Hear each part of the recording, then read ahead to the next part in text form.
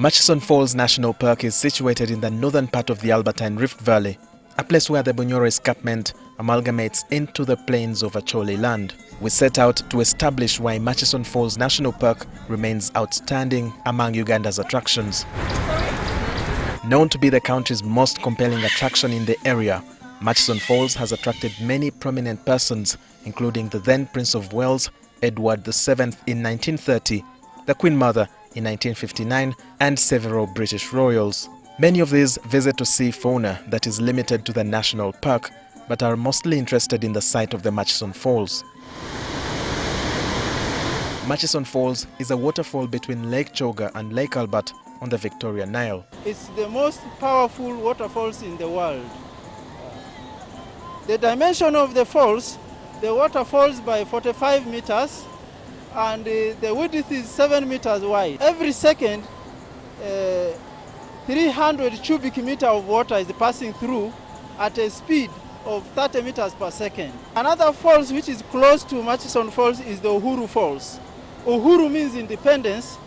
It was formed naturally because of the El Nino rains during 1962. Certified as a national park in 1952, it attracts a big number of tourists year in, year out. In a day, we can be averagely, during low season, we can have between 50 to 60 visitors. But in a peak season, we can be able to have even up to 200 visitors. You can look at an average of 100,000 visitors per year. For instance, last year we had around 96,000 something. And indeed, many are seen enjoying the scenery and game drives in the park. Murchison has 76 species of mammal, 451 species of birds.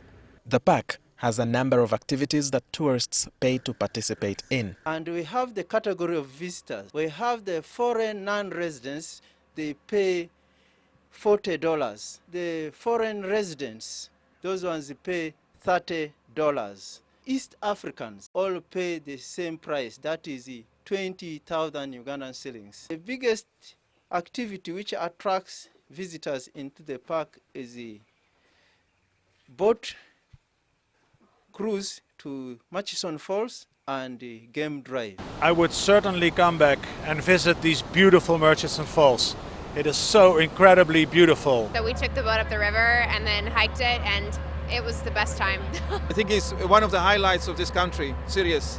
The hike, especially the views, are very panoramic. It has since become the top income earner among the country's tourist sites and destinations. We generate in excess of $12 million annually. However, the 7th June public notice by the Electricity Regulatory Authority seeking public views on construction of a power dam on Murchison Falls now threatens its existence. This is coupled with the discovery of oil in Lake Albert. Currently, there are several road constructions happening in the park.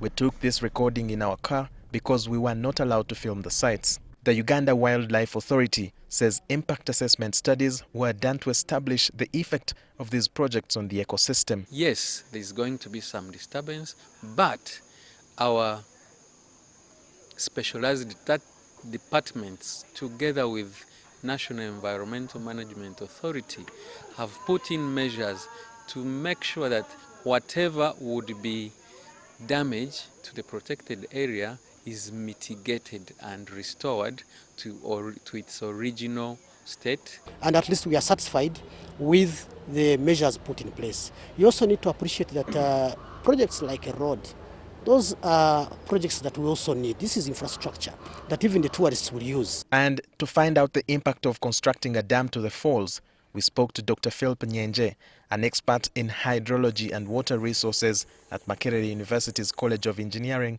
Design, Art and Technology.